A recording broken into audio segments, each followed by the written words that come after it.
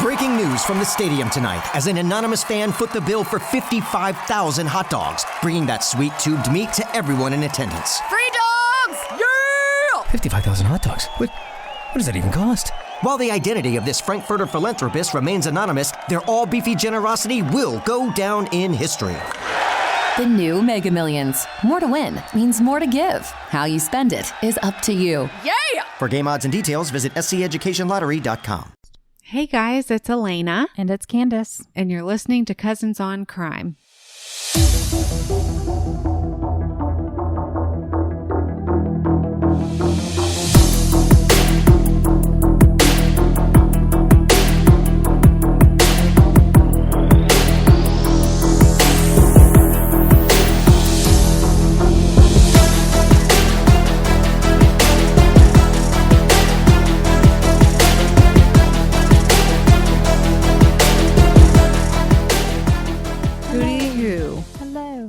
How are you? Good. You've got your Starbies. Right. And I haven't drank nearly enough. You know what? I got to say, in a public forum, that I don't appreciate the way their new straws taste. You can taste the straw? Like, yeah, is it? It's plant-based. Oh, okay. And it tastes like, hold on. Like if you've left your drink sitting for a minute. The liquid that's in your straw will absorb the flavor. Oh, yeah, that's not good. And it tastes like a plant, I guess you could say. You don't like plants? I mean, I don't eat them. Well, I mean, you can. I eat plants that you're supposed to eat. You can eat plants. Yeah, I don't eat kale or those kind of weird things, Lena. But yeah, I have not drank nearly enough of my tea. So let me get on it. Okay. Take a swig. I didn't get a nap today, so you needed caffeine. I needed caffeine. Okay. Well, so hard. Well, we've already gone through a long recording of your episode. That's right. So we've been recording a while. We'll try to get through this one. Oh, my Lord. We'll get into it. No chit chat. All right. So today we're talking about Dr. Thomas Kirk Burchard. He was born February 16th of 1948 in Boston, Massachusetts. Boston, Mass. Park the car over there. Yeah. What is it? Sidebar. Yes, that's what I was thinking. Let's take a sidebar. He grew up in Ohio. He graduated medical school and went on to become a child psychiatrist. Okay. He lived in Salinas, California at this point. He worked at the Community Hospital of Monterey Peninsula. He never had any children of his own, but he loved working with the children. That's so good. Yeah. I can relate. I don't have children of my own, but I love my nieces and nephews. And so, yeah, I get it. Probably he was so good at what he did because he didn't have children. Okay. That sucked the life out of him. I mean, you give everything to your children and then you go and give everything to those other people's children. Yeah. So, yeah, I mean, that probably kept his passion alive. Okay. That's a point. He worked there for over 40 years. So, wow. Yeah, his first marriage ended in divorce in 2001. Allegedly, he was having an affair and sending money to women that he met online. No, shouldn't do that. Well, I say allegedly because that's what his wife said in the divorce papers, but he just saw it as he was helping these young mothers who were struggling. Okay. He would meet them online. They would give him a sob story. Yeah. Shortly after his divorce, he started dating Judy Earp. They had lived with each other for 17 years after that. So, wow. Yeah, they never married. They called each other fiance, but, you know, never married. Come to find out, Dr. Burchard kept up his behavior through his and Judy's relationship. Oh, my. He was still sending money and gifts to beautiful women online. Oh, no. It seems Judy was aware of what he was doing, and his behavior was somewhat justified because he was someone that needed to be needed. Right. Okay. So if he was able to take care of these women, it quenched that thirst, I guess. Mm-hmm. It doesn't seem as innocent as it sounds, though, because these women would send him inappropriate Nudies? pictures and such. But Dr. Burchard denied that he was romantically involved with any of them. Okay. So they were just showing their thanks. The only way they knew how. Right. Right. Got it. You give a little, I give a little. Feet pics. Maybe. Cleavage pics. Maybe. Mm-hmm. In 2017, at the age of 69, Dr. Burchard met Kelsey Turner on one of these websites, and he was drawn to her. Kelsey pursued modeling. She was pretty, and she definitely used that to her advantage. She had already been in some magazines and excuse me. Yeah. Like Maxim and Playboy Italia. Oh my. And this was all in her early 20s. She told him that she was a single mother and she was having a rough go at life. She was 23 and had been divorced twice. Oh. And he was just the right man to tell your sob story to. Right. She hit the jackpot. Oh, yeah. He started sending her money. Mm-hmm. He actually paid a year's worth of rent for a house in Salinas. Oh, I'm sure that was not cheap. Right. She told him that she was living there with her son and her mother. After that year was up, he decided he would no longer pay for the rent, and Kelsey was evicted from that rental property. Because she couldn't afford it. Right. Jeez. Aspiring model, she wasn't really at this point. I mean, getting any jobs. Right. It's tough out there. Okay. I mean, she probably didn't need to get any jobs. She was having her rent paid for. Exactly. Why go work? Exactly. Dr. Burchard felt terrible thinking that she wouldn't have a home. And eventually he made an agreement to lease a new house. Oh, no. It was a 4-bedroom house in Las Vegas this time. Oh. He was paying $3,200 a month for this house. And actually, he had given Kelsey around $300,000 by this point. Holy mackerel. And that Judy was aware of. She knew he was giving all this money to her? She knew he was helping, but by the incident of what happened, she knew, which we'll get there. She knew at least of $300,000. Jeez. But later it was reported that it could have been up to $750,000. Holy crap. But we'll get into this. So at this point in his life, he was 71 and semi-retired.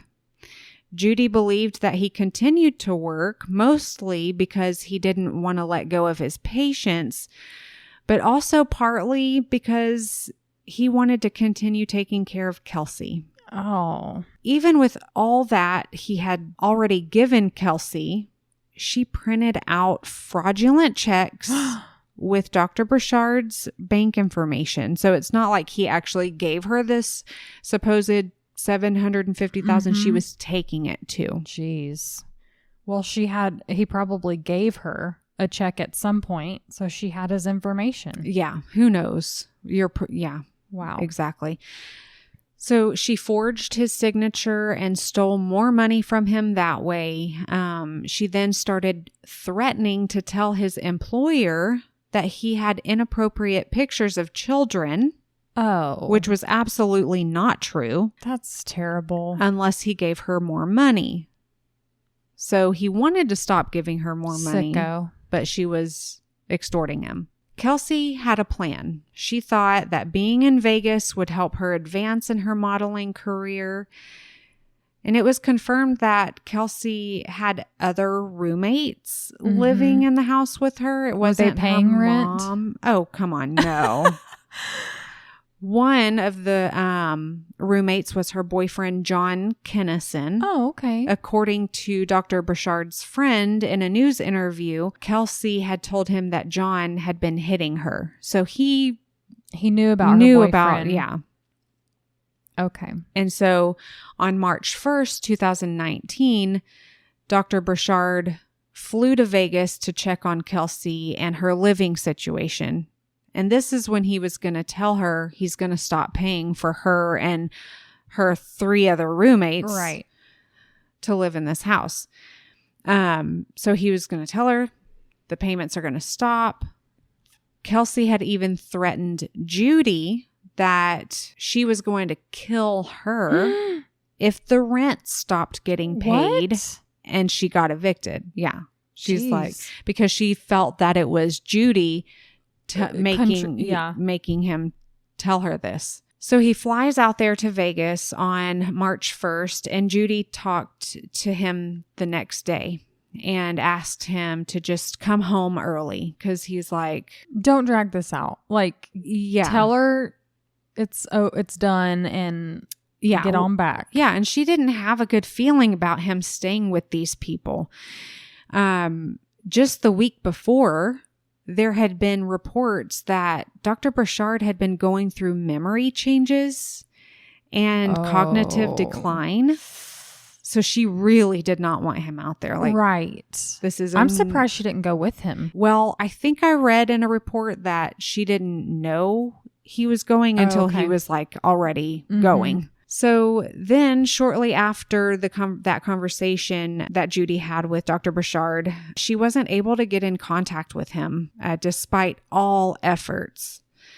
She confirmed that he never boarded his flight that he was scheduled to come home on that next day. That just gave me goosebumps. Yeah. So for the next 3 days, Judy made calls to the Las Vegas Metropolitan Police Department asking them to go do a welfare check. She gave them the address of the house where Kelsey was living. On the 3rd and the 4th, police weren't able to get in contact with him at the house. Police reported that a man named John answered the door and told them that they had never heard of Thomas Burchard before. Okay. On March 4th, Judy received a text from Dr. Burchard's phone, but Judy could tell that it wasn't him who was texting. It wasn't the language that he would use. Whomever was impersonating Dr. Burchard did not sound intelligent. They never look at previous text conversations. I know. They always pick it up and is like, I'm just going to wing it. Yeah. And this person was asking Judy for their bank information. And she's like, I'm so sure. You already have the bank information? You know your bank information. Yeah. Idiot. Yeah. Police went to the house for another visit on March 5th. They found the house empty with some of the windows left open in the back of the house. Oh, no. Yeah. And the front door was left unlocked. So police took it upon themselves to kind of peep in. Okay. They opened the door and took a look around, and they noted that they saw cleaning supplies, and it appeared that someone had just moved out. On March 7th, a man and his kids were driving near Lake Mead. Oh, don't start with this again. Okay, so this is where, remember I said I was going to follow up on some stories that happened in Lake Mead from my previous episode. Okay, so this is one of the cases that I was going to follow up on. So they're driving around Lake Mead when they saw an abandoned blue Mercedes-Benz on a dirt road. This is the desert. Right. It looked as if a window had been broken. Police, so he calls police. They come out to check it out. They noticed blue latex gloves in the passenger seat and evidence that there had been a small fire. Oh. in the passenger seat. People think that you can just light a match and burn something down. Yeah. Yeah. It doesn't work like that. No.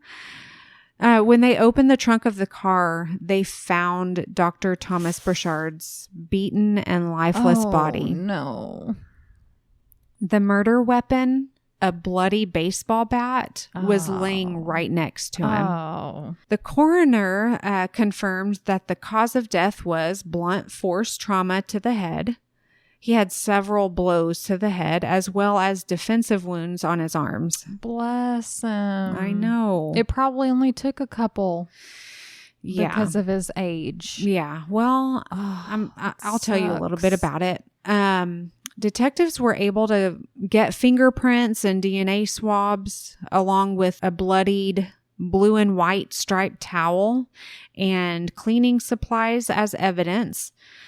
The fingerprints matched Kelsey. And would you look at that? Yeah. Shocker.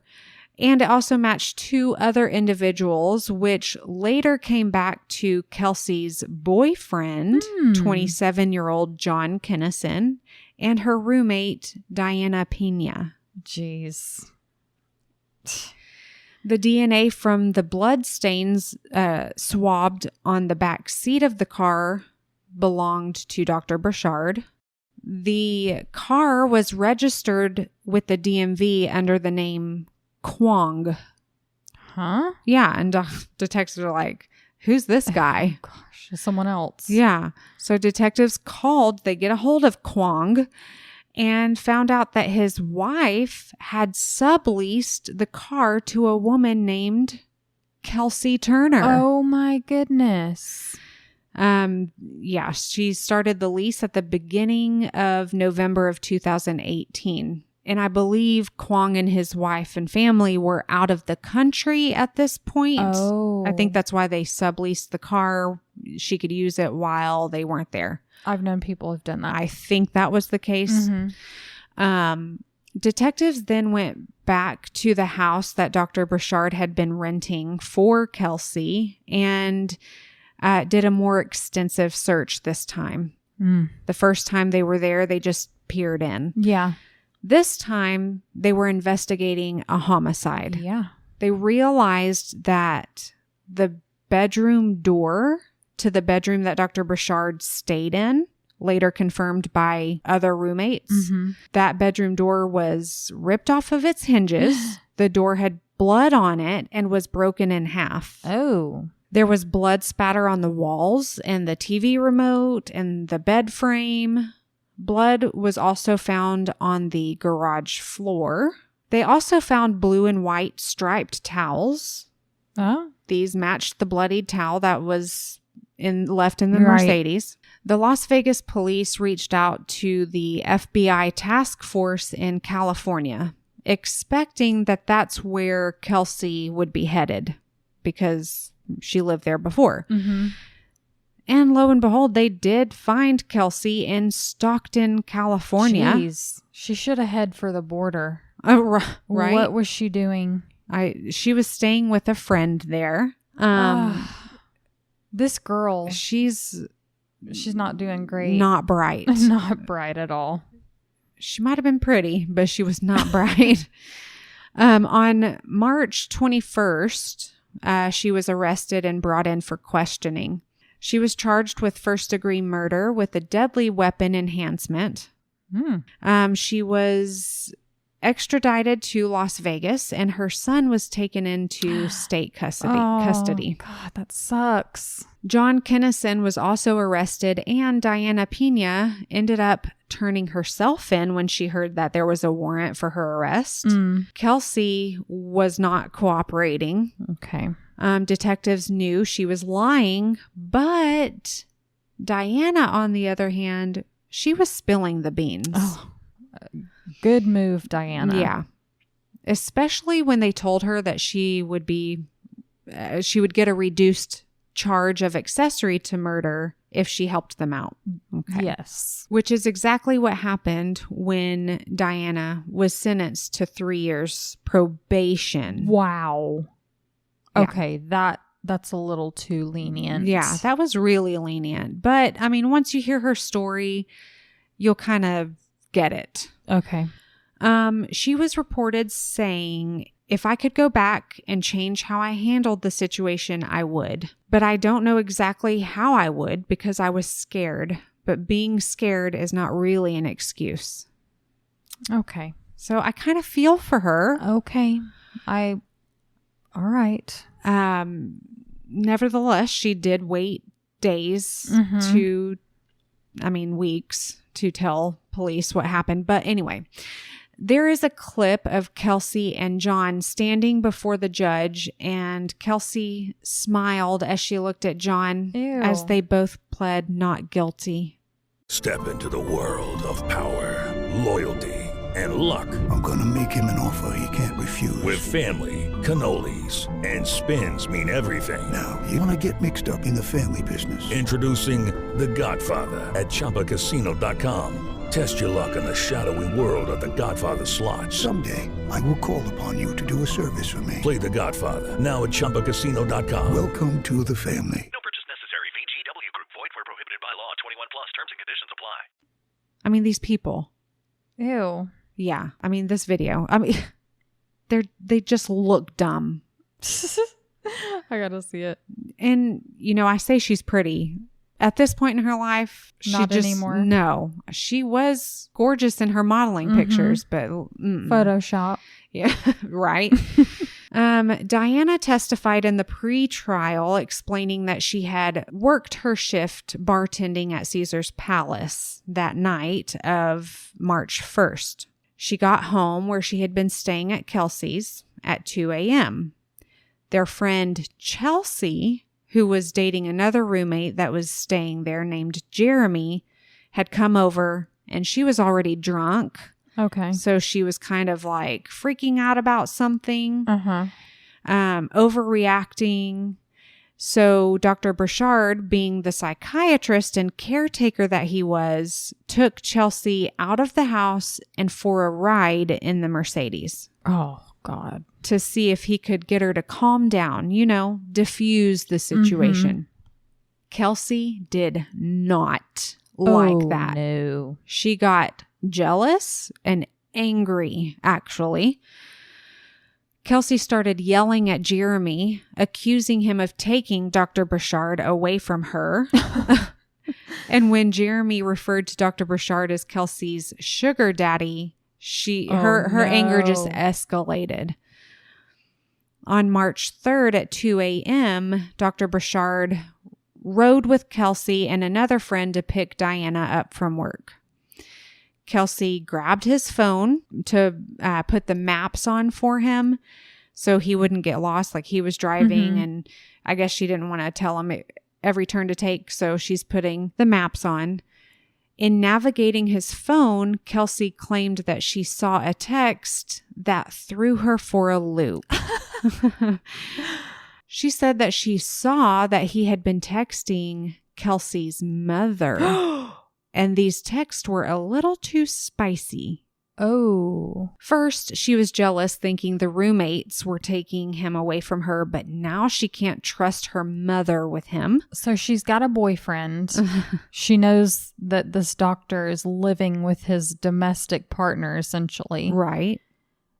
And she's jealous. She thinks he's hers. Okay. When they got to the house, Kelsey asked Dr. Burchard to go upstairs to the bedroom where he was staying, while she stayed away from him to cool down. She's like, you just go. Leave me alone. I'm going to stay down here. You go to your room. Go to your room. Young man. Kelsey tried a couple different times to go up to the bedroom. Now, this is all Diana's account. Kelsey tried a couple different times to go to the bedroom and talk to Dr. Burchard, but she became too irate and would just come back downstairs. Oh, but it gets worse. When she continued to look at the messages between him and her mother, seeing that she's got his phone, and apparently she's sitting there flicking through. That's how I'm envisioning it as I'm reading this. She sees messages between him and her mother, seeing that they had exchanged inappropriate photos of each other. Oh. Now, I don't know if this is true. There was a report that it was all made up and like she was justifying her anger for him. But Kelsey went screaming at Dr. Burchard, telling him that she would report him to his employers if he didn't give her more money. And he slammed the door in her face. Oh. John came to Kelsey's aid and kicked the door in. Oh. Hence off the hinges. And he started beating Dr. Burchard with that baseball bat. Oh my gosh, that escalated quickly. Yes. While he was doing that, Kelsey's ordering him, yelling at John, telling him, knock him out, knock him out. Jeez. Crazy. When the beating stopped, Dr. Burchard was still talking. He was still coherent. Oh my gosh. He begged to be taken to the hospital. Oh my gosh. He said, I won't even tell the doctors that y'all did this to me. I'll just tell them that I was mugged. I need to go to the hospital. Oh my gosh. He knew. Right. He knew he needed to be seen. Right. And now he has to beg my gosh. His tormentor to help him. Kelsey and John agreed to take him to the hospital and asked Diana to wait with him in the back seat of the car while they grabbed Dr. Burchard's jacket. While Diana and Dr. Burchard were waiting in the back seat, he told Diana that he thinks Kelsey plans to kill him when they're alone. Oh, no. But Diana didn't think Kelsey would do such a thing. I mean, why wouldn't she? She just beat him. Went irate. So Kelsey came to the car and told Diana to come help clean the house before they left for the hospital. Like, what? This guy is He's in dying. dire need. Right. And let's clean the house before we go. So she gets Diana out of the car. She told Dr. Burchard to get out of the car and come in, but he refused, saying, he's like, I need to go. Mm-hmm. He should have just crawled up in that driver's seat. And took off. And taken himself. Yeah. So Diana had gone upstairs with Kelsey, or while Kelsey continued to fight and yell with Dr. Burchard. Diana could hear Kelsey telling John yet again to knock him out. Diana says, and this is where they see the blood in the garage. They're in the garage still. Okay. He gets out of the car, but they're beating him in the garage now. Jeez. Diana says she ran downstairs and told them to stop, but Kelsey said it's too late. She looked at John, and he was covered in blood. Jeez. And he was holding a handgun, which Kelsey said that's what he was beating Dr. Burchard with this time. Not the bat, the handgun, but with the gun. Kelsey said that if anyone asks, tell them that Dr. Burchard left early with a couple of random guys that they didn't know. Okay. That's a good one. Yeah. And yeah, he just left to go back to California. She said, we'll tell them that he just left his phone and bank account information at her house. You could have left that part out. Right. Like, why is that an important detail? He left his phone and his bank account information, actually. He left that. I don't know why. Idiot. I'm telling you, dumb. Airhead. She immediately turned off Dr. Burchard's phone, dropped her son off at a friend's house. Please do. I don't know where her son was at this point. Oh my God, I just shudder to think. And she got a hotel room at the Rio Hotel for her, Diana, and John to hide out. This is where police they didn't find them at the Rio Hotel, but they found a bag that they left behind full of papers, some torn up that were from Dr. Burchard's notebook. Some had banking information and passwords. The day after they killed him, John took Kelsey's Mercedes and dumped it with Dr. Burchard's body in the trunk. Kelsey hired a professional cleaner to oh my gosh. to come clean the house and clean up the blood that they couldn't clean up. Could you imagine being this cleaning lady? So I used to clean houses, and I've found some pretty gross stuff left for me to clean up. No. Yeah. Did you say I'm not going back to the house? No, I'm just gonna leave it at that. Okay. Okay. Talk off the air. So Kelsey originally told the cleaning lady that she had a house party and wine was spilled. Oh my. She said the reason the door was busted was because someone had accidentally locked the door and they had to bust it in. Yeah. Mm-hmm. The cleaning lady did not believe this story. I mean, she was smart. Yeah. Kelsey's phone records also show a ping on March 6th in the exact area where they left Dr. Burchard and the car. Also, investigators were not able to find the supposed inappropriate photos on Dr. Burchard's phone that Kelsey claimed were there, suggesting that she lied about this, like I said earlier, just to justify her anger. I mean, she's a liar and a manipulator and only cares about herself and money, obviously. Oh, and she's somebody's mother. Yeah. That is so sad. Oh. Yeah.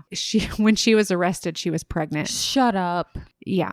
And she had the baby in prison. God almighty. In July of 2022, just before trial, waiting all these years, John finally decides he's going to plead guilty to second-degree murder and conspiracy to commit murder. So he skipped trial because he pled, and he was sentenced to 18 to 45 years in prison.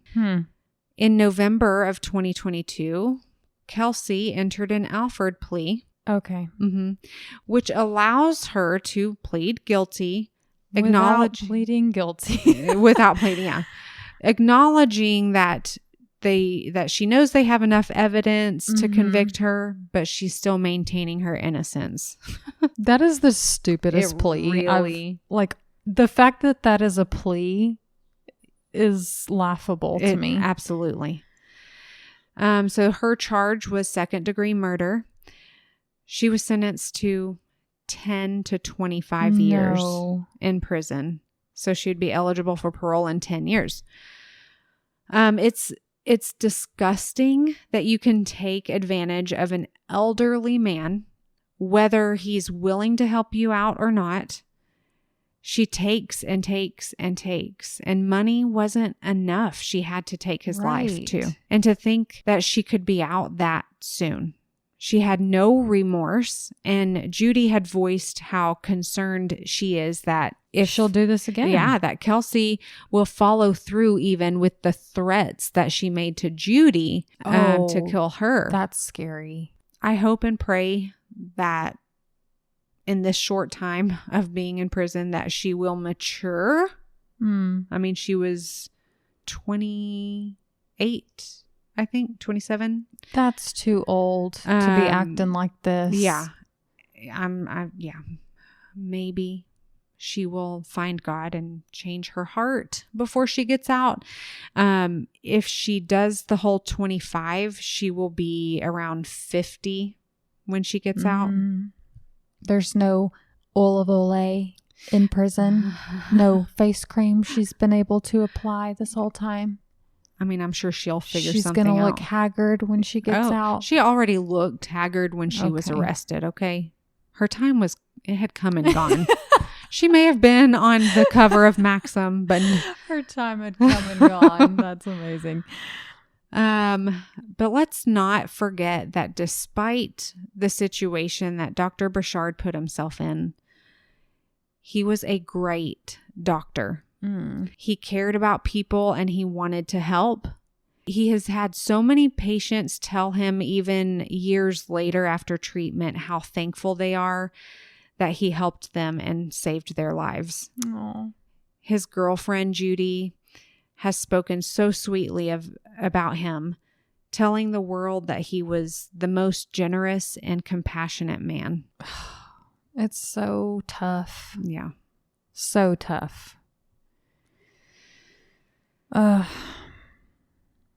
He just wanted to help. He just like to a fault. To his detriment. Yeah.